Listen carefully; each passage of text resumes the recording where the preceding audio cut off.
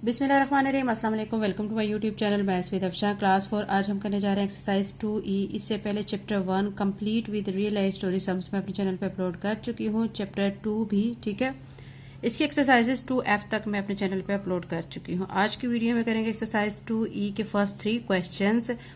कुछ बच्चे जो है इन क्वेश्चंस को क्या करते हैं, खाली जगह को जुबानी याद कर लेते हैं और टिक क्रॉस को दुरुस्त गलत को मतलब रट्टा लगा लेते हैं कि ये पहले वाला ठीक है, दूसरे वाला गलत है, तीसरे वाला ठीक है, ऐसे करके ना। और एमसीक्यूज के बारे में भी उनका यही हाल है कि पहले वाले का डी ऑप्शन है, दूसरे वाले का सी ऑप्शन है, ऐसे याद करते हैं, तो जो कि रॉन्ग वे है। ठीक है, क्योंकि मैथ्स बच्चों ऐसे रट्टा लगा के नहीं किया जाता है। मैथ्स को बाकायदा अपने कॉन्सेप्ट क्लियर करके अंडरस्टैंड किया जाता है। मैथ्स में प्रैक्टिस बहुत ज़्यादा चाहिए होती है। आपके कॉन्सेप्ट सारे क्लियर होंगे तो आप मैथ्स में अच्छे नंबर ले सकते हैं। मेरा ये चैनल इसीलिए है कि मैं इसमें बच्चों के तमाम कॉन्सेप्ट्स को क्लियर करना चाहती हूँ, और ताकि उनके माइंड में ये चीज़, जो कुछ बच्चे होते हैं कि मैथ्स उनको बड़ा बोरिंग सा सब्जेक्ट लगता है, और कुछ बच्चे जो हैं वो बाकी सब्जेक्ट में बिल्कुल 100% फिट होते हैं, रिजल्ट अच्छा शो करते हैं, लेकिन मैथ्स में बिल्कुल डल होते हैं। तो मैं अपने चैनल पे बच्चों इन्हीं बच्चों को, इसके अलावा जो बच्चे वैसे भी मैथ को लाइक करते हैं उन बच्चों के लिए भी, सभी बच्चों के लिए भी, आप लोगों की आसानी के लिए इजी वे में आपको मैं मैथ्स करवाऊंगी।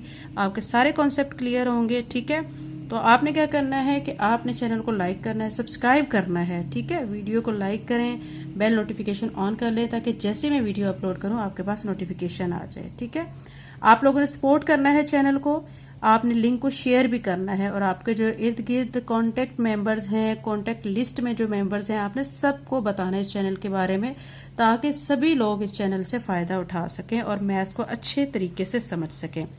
चले बच्चों, अभी एक्सरसाइज 2E का हम स्टार्ट करते हैं। फर्स्ट क्वेश्चन देखिए, फिल इन द ब्लैंक्स, खाली जगह आपने फिल करनी है। ठीक है, सबसे पहले आपको क्या कहा गया, the common factors of 2 and 3 is.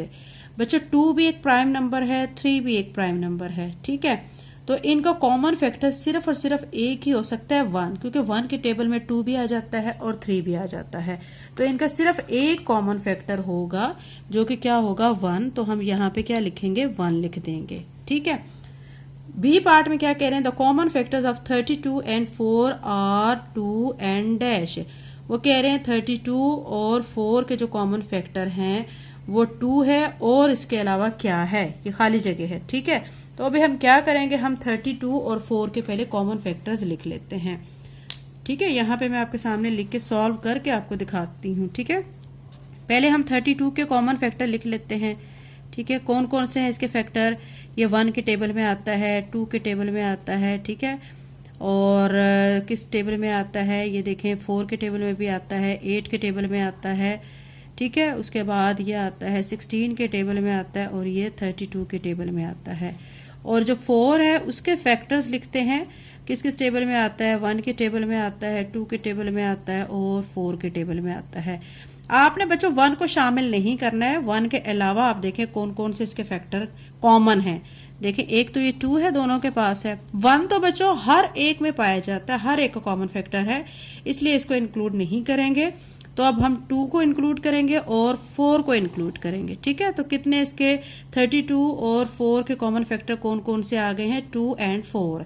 तो आप देख चुके हैं 2 and 4 है, तो यहाँ हमें खाली जगह में उन्होंने कहा है 2 and डैश। तो एक तो 2 हो गया, दूसरा क्या है 4, जो कि अभी मैं आपके सामने शो कर चुकी हूँ। ठीक है, थर्ड खाली जगह में देखिए, the common factors of 8 and 16 are, यानी अब आपने 8 और 16 के कॉमन फैक्टर लिखने हैं। इसी तरह करेंगे हम, क्या करेंगे, हम 8 और 16 के फैक्टर्स लिखेंगे। ठीक है, 8 मैंने लिखा, इसके फैक्टर्स में लिख रही हूँ, कौन कौन से फैक्टर है 8 के, मतलब 8 कौन कौन से टेबल्स में आता है, 1 में आता है, 2 में आता है, इसके अलावा 4 में आता है और 8 में आता है। तो ये 8 के फैक्टर्स लिख दिए हैं। दूसरा हमारा क्या था कि 16 के फैक्टर लिखने हैं, तो 16 लिखने के बाद 16 कौन कौन से टेबल में आता है आपने वो लिखना है, 1 के टेबल में, 2 के टेबल में, ठीक है, 4 के टेबल में, 8 के टेबल में और 16 अपने ही टेबल में। अब आपने देखने हैं इसके कौन कौन से फैक्टर्स बन रहे हैं। ठीक है, आप देखें बच्चों, एक तो 1 भी बन रहा है यहाँ पे फैक्टर, एक 2 बन रहा है, ठीक है, फिर 4 बन रहा है और फिर 8 बन रहा है। ठीक है, ये इसके फैक्टर्स बन रहे हैं, कॉमन फैक्टर्स। कॉमन का मतलब दोनों के पास। तो 8 और 16 के कॉमन फैक्टर्स अभी मैंने आपके सामने फाइंड किए हैं, ठीक है। वो कौन कौन से बन रहे हैं अभी आपके सामने मैंने कौन कौन से फाइंड किए हैं। एक तो 1 है, ठीक है। 1 को अगर नहीं भी लिखते हैं तो कोई प्रॉब्लम नहीं, क्योंकि 1 हर एक कॉमन फैक्टर है, तो 1 को इतना खास जरूरी नहीं है। असल जो हमारे कॉमन फैक्टर बन रहे हैं, एक तो 2 बन रहा है, एक 4 बन रहा है और एक 8 बन रहा है, ठीक है। अब डी पे देखें, इसमें क्या कहा गया, the common factor of 8, 10 and 12। अभी 3 हैं, ठीक है, नंबर्स, इनके आपने कॉमन फैक्टर देखने हैं 8, 10 और 12 के। अब हम देख लेते हैं कि 8 के कौन कौन से हैं, 10 के कौन कौन से हैं और 12 के कौन कौन से हैं, ठीक है। तो अब 8 के फैक्टर्स में यहां पे लिखती हूं कौन कौन से हैं, 1, 2, 4, 8। 10 के कौन कौन से हैं, 1, 2, 5, 10, ठीक है। 12 के कौन कौन से फैक्टर हैं, 1, 2, 3, 4, 6, 12। अब हमने इनमें देखने कॉमन कौन से फैक्टर हैं।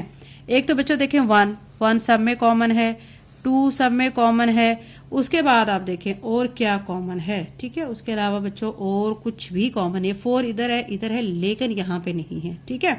तो इसके अलावा कोई कॉमन नहीं है, तो क्या क्या कॉमन है, 1 एंड 2। तो यहाँ पे हम क्या लिख देंगे, 1, 2।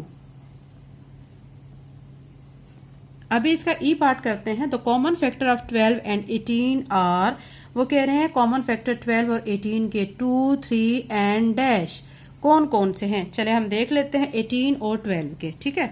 अब मैं पहले 12 के कॉमन फैक्टर्स लिख लूंगी, फिर मैं किसके लिखूंगी, 18 के। फिर देखते हैं कि इनके कॉमन फैक्टर कौन कौन से बनते हैं। 12 के फैक्टर क्या क्या आ सकते हैं, 1, 2, 3, 4, 6, 12। और 18 के 1, 2, 3, ठीक है, 6, और फिर 18 किस टेबल में जाता है, 9 में जाता है, और 18 अपने टेबल में जाता है। अब देखिए इसके कॉमन फैक्टर, एक तो ये 1 आ चुका है, एक फिर 2 आ चुका है, एक 3 आ चुका है। इसके अलावा और देखें बच्चों और कोई फैक्टर इसका बन रहा है कॉमन, और कोई कॉमन नहीं है, ठीक है। 1, 2 एंड 3 है। अब यहाँ पे देखें, ठीक है, यहाँ पे अब हम देख सकते हैं एक और चीज बच्चों, इसमें देखें एक चीज और गौर करने पे मुझे पता चली है कि 6 भी दोनों के पास है, ठीक है। तो ये देखें, ये 6 इसके पास भी, इसके पास भी, ये भी कॉमन है। 1 को तो आप बेशक इंक्लूड ना करें, ठीक है, जस्ट आप कौन कौन से इंक्लूड करेंगे, 2, 3 एंड 6। तो यहाँ पे उन्होंने क्या कहा है, the common factor of 12 and 18 are 2, 3 and dash. हमने देखे हैं कौन कौन से हैं, 2, 3 एंड कौन सा था, 6। तो अब यहाँ पे फिर क्या लिख लेंगे, हम यहाँ पे 6 लिख देते हैं, ठीक है। तो यहाँ पे मैंने 6 लिख दिया है। अब नेक्स्ट पे चलते हैं। ये हमारा क्वेश्चन नंबर 1 कंप्लीट हो चुका है। क्वेश्चन नंबर 2 की तरफ चलते हैं।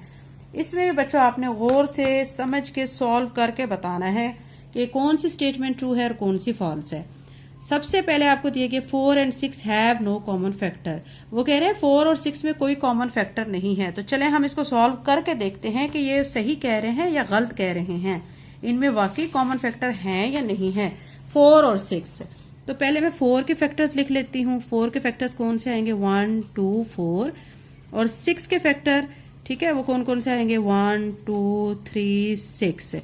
अब देखें बच्चों, इसमें ये भी कॉमन है, ये तो कॉमन होता है ये सब में ना, 2 कॉमन है, ठीक है। तो वो यहाँ पे कह रहे हैं 4 and 6 have no common factor. तो फिर ये गलत बात कह रहे हैं, क्योंकि हमने अभी देखा है, तो हमने देखा है कि उसके कॉमन फैक्टर है। तो ये फिर स्टेटमेंट क्या हो गई, फॉल्स हो गई, क्योंकि ये गलत कह रहे हैं कि इनका कोई कॉमन फैक्टर नहीं है। तो F लिख देंगे, ठीक है। 1, 2, 3 and 4 are only common factors of 12 and 24। चले हम देख लेते हैं कि 12 और 24 के कॉमन फैक्टर कौन कौन से आते हैं, ठीक है। वो ये कह रहे हैं कि 12 और 24 के कॉमन फैक्टर्स 1, 2, 3 और 4 हैं सिर्फ, ठीक है। तो अब हम चेक कर लेते हैं 12 और 24 के कॉमन फैक्टर्स। तो यहाँ पे आपके सामने मैं 12 के पहले फैक्टर्स लिखूंगी, फिर 24 के लिखूंगी। 12 के फैक्टर्स 1, 2, 3, ठीक है, 4, 6, 12। और 24 के 1, 2, 3। इसके अलावा 24 किस टेबल में आता है, देखें 4 के टेबल में भी आता है, 4, 6, 8, 12, 24। अब देखें ये कॉमन हो चुका है, ये कॉमन है, ये कॉमन है, ये कॉमन है, ये कॉमन है, और 12 भी कॉमन है। तो कितने कॉमन आ रहे हैं, 1, 2, 3, 4, 6 एंड 12, ठीक है। अब यहाँ पे देखें वो क्या कह रहे हैं कि 1, 2, 3 and 4 are only common factors of 12 और 24। यानी 12 और 24 के सिर्फ वो कह रहे हैं कि ये 4 कॉमन फैक्टर होते हैं। हमने अभी देखे हैं कितने बन रहे हैं, उनके 6 कॉमन फैक्टर बन रहे हैं। अभी हमने चेक किए हैं कौन कौन से बन रहे हैं, आप देख सकते हैं बच्चों। अभी मैंने आपके सामने सॉल्व किया है 1, 2, 3, 4, 6 और 12, ठीक है, यानी 6 बन रहे हैं। इन्होंने हमें 4 तक दिए हैं, तो ये स्टेटमेंट फिर क्या होगी, फॉल्स। यहाँ पे हम F लिख देंगे। नेक्स्ट में देखिए 20 is the common factor of 10 and 20। चलें 10 और 20 के फैक्टर लेके देखते हैं कि सिर्फ 20 उसका कॉमन फैक्टर है। तो हम देख लेते हैं 10 और 20 के फैक्टर्स लेके। तो पहले मैं 10 के फैक्टर्स लिख लूंगी, ठीक है। 10 के फैक्टर्स आ जाएंगे 1, 2, 5 और 10। और फिर 20 के फैक्टर्स लिखूंगी, 20 के फैक्टर्स आ जाएंगे 1, 2, 4, 5, 10, 20। तो अब देखें इसके फैक्टर्स, ये कॉमन है, ये कॉमन है, 5 भी कॉमन है, 10 भी कॉमन है। तो कितने 4 कॉमन फैक्टर्स आ रहे हैं। और इन्होंने क्या कहा है, 20 is common factor of 10 and 20। यानी सिर्फ जो है कॉमन फैक्टर 10 और 20 का सिर्फ 20 है। अब देखें 20 तो कॉमन फैक्टर आ ही नहीं रहा है ना, आप देख सकते हैं बच्चों। इसमें दोबारा से देखें, इसकी तरफ गौर करें। तो यहाँ पे तो 20 कैसे कॉमन फैक्टर है, ऊपर कोई 20 है जिसके साथ ये कॉमन हो जाएगा। तो ये स्टेटमेंट फिर क्या होगी, फॉल्स होगी। क्योंकि देखिए 10 और 20 के जो फैक्टर्स हैं, जो कॉमन फैक्टर्स हैं, वो 1, 2, 5 और 10 है, 20 नहीं है। तो ये स्टेटमेंट फिर फॉल्स है। तो यहाँ पे हम क्या लिख देंगे, F लिख देंगे। नेक्स्ट में देखिए 2 और more prime numbers have no common factor. ये बात बिल्कुल ठीक है। देखिए अगर 2 या 2 से ज्यादा प्राइम नंबर्स होते हैं तो उनका कोई कॉमन फैक्टर्स नहीं होता। देखिए 5 एक प्राइम फैक्टर है, ठीक है, प्राइम नंबर है। 3 प्राइम नंबर है, 7 प्राइम नंबर है। आप देखें कि ये 5 अपने ही टेबल में आता है, 3 अपने में ही आता है, 7 अपने में ही आता है। ये प्राइम फैक्टर ऐसे हैं कि जिनका कोई कॉमन फैक्टर नहीं होता, ठीक है। तो हम ये भी यही कह रहे हैं कि इनका कोई कॉमन फैक्टर नहीं। तो ये बिल्कुल दुरुस्त कह रहे हैं। तो ये हमारी स्टेटमेंट फिर क्या हो जाएगी, ठीक हो जाएगी। इसको हम T लिख देंगे, true. The common factors of 20, 30 and 40 are 2, 5 and 10। वो कह रहे हैं 20, 30 और 40 के कॉमन फैक्टर, ठीक है। अब हम देख लेते हैं 20, 30 और 40 के कॉमन फैक्टर। 20 की पहले हम 20 के लिख लेते हैं 1, 2, 4, 5, 10, 20। फिर 30 के लिख लेते हैं 1, ठीक है, 2, 3, 5, 6 और ये आता है 10 के टेबल में, 15 के टेबल में और 30 अपने टेबल में। 40 के फैक्टर्स लिख लेते हैं 1, 2, फिर ये आता है 4 के टेबल में, 5 के टेबल में, 8 के टेबल में, 10 के टेबल में और फिर आता है 20 के टेबल में और फिर 40 अपने टेबल में। अब इसके फैक्टर्स देख लें कॉमन कौन कौन से हैं। एक 1 है, एक 2 है, फिर उसके बाद ये 5 है, ठीक है, ये 5 है, फिर ये वाला 10 है, ठीक है। तो 1, 2, 5 एंड 10। तो वो ये कह रहे हैं कि the common factors of 20, 30 and 40 are 2, 5 and 10। 1 को तो बच्चे शामिल नहीं करते हैं, कोई प्रॉब्लम नहीं है, ठीक है। हमारा जो आंसर यही आ रहा है 2, 5 एंड 10। आप देख सकते हैं कि जब हमने कॉमन फैक्टर लिए ना, तो एक तो 2 आ रहा है, एक 5 आ रहा है, एक 10 आ रहा है। 1 को आप शामिल करें ना करें उसका कोई मसला नहीं, ठीक है, क्योंकि 1 तो कॉमन है हर एक में। तो 2, 5 और 10 है। तो वो भी यही कह रहे हैं कि कॉमन फैक्टर 20, 30 और 40 के 2, 5 एंड 10 है। तो ये स्टेटमेंट फिर ठीक है, क्योंकि हमने भी सॉल्व करके देखा है तो हमारे भी कॉमन फैक्टर 2, 5 और 10 आए हैं। क्वेश्चन नंबर 2 बच्चों कंप्लीट हो गया। क्वेश्चन नंबर 3 करते हैं। क्वेश्चन नंबर 3 की स्टेटमेंट पर गौर करें कि select the correct answer from the given option. 4 option आपको दिए गए हैं, आपने इसमें से सही आंसर को सिलेक्ट करना है, ठीक है। आपने बच्चों गौर से क्वेश्चन को समझना है और उसके बाद उसके मुताबिक आपने उसका आंसर भी देना है, ठीक है। सॉल्व करके बच्चों दिया करें। पहले देखें क्या कहा जा रहा है, the common factor of 42, 56 and 63 is के 42, 56 और 63 के कॉमन फैक्टर में कौन सा आता है, ठीक है। अब हम करके देख लेते हैं। 42, 56 और 63। ये मैंने 42 लिखा, फिर 56 लिखा और 63। अब मैं इसके फैक्टर्स लेके देख लेती हूँ। देखिए 42 किस में जाएगा, 1 के टेबल में, 2 के टेबल में, 3 के टेबल में, ठीक है, 6 के टेबल में, 7 के टेबल में। फिर इसके बाद ये किस टेबल में जाता है, आप देख सकते हैं 20 के 1 के टेबल में, 42 के टेबल में। 56 में देखें 1 के टेबल में, 2 के टेबल में, फिर ये जाएगा 4 के टेबल में, फिर ये 7 के टेबल में, फिर 8 के टेबल में, ठीक है। और फिर ये जाएगा इसके बाद जाता है 56 हम 56 को किस पे कर सकते हैं, मजीद 56 पे मजीद लास्ट पे कर लेते हैं, ठीक है। 63 देखें 1 के टेबल में जाता है, 3 के टेबल में जाता है, 7 के टेबल में, 9 के टेबल में, और लास्ट पे 63 लिख लेते हैं।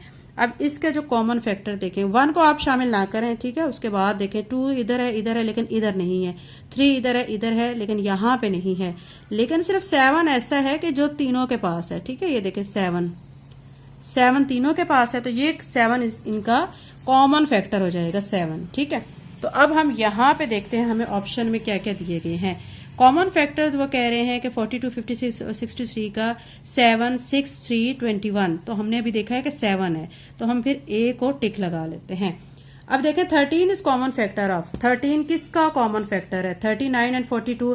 देखें 39 के जो है ना 13 के टेबल में ये आता है लेकिन 42 नहीं आता। अब 26 और 52 ये दोनों 13 के टेबल में आते हैं, 13 2 जार 26 और 13 4 जार 52। इन दोनों के टेबल में, इनमें 13 के टेबल में ये दोनों आते हैं, तो इसका आंसर फिर क्या हो जाएगा, बी, इसको हम टिक लगाएंगे। नेक्स्ट में देखें the product of 3 and common factor of 81 and 45 is, वो कह रहे हैं कि पहले आपने 81 और 45 का कॉमन फैक्टर निकालना है, जो आंसर आएगा उसको आपने 3 से मल्टीप्लाई करना है, तो जो फाइनली आंसर बनेगा वो इन चारों में से कौन सा बनेगा, तो हम चेक कर लेते हैं। 81 और 45 के हम पहले फैक्टर्स लेंगे, 81 45। तो पहले 81 के फैक्टर्स में लिख लेती हूँ। 81 किसके टेबल में आता है, एक तो 1 के टेबल में आता है, इसके अलावा 81 और किस टेबल में आता है, हम और कर सकते हैं, 81 3 के टेबल में आएगा, ठीक है।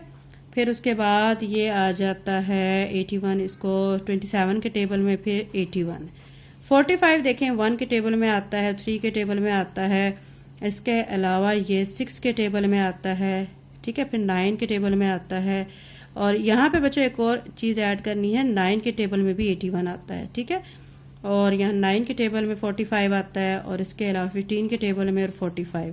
अब कॉमन फैक्टर देखें, एक तो 3 आ जाएगा, ठीक है, एक 9 आ जाएगा, दो कॉमन फैक्टर आ रहे हैं 3 और 9।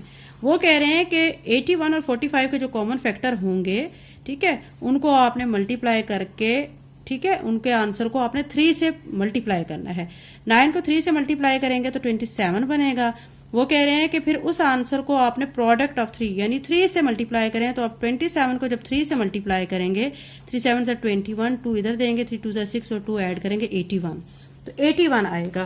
तो अब यहाँ पे ऑप्शन देख लेते हैं हमारे पास कौन कौन से हैं, 45, 81, 5 एंड 15।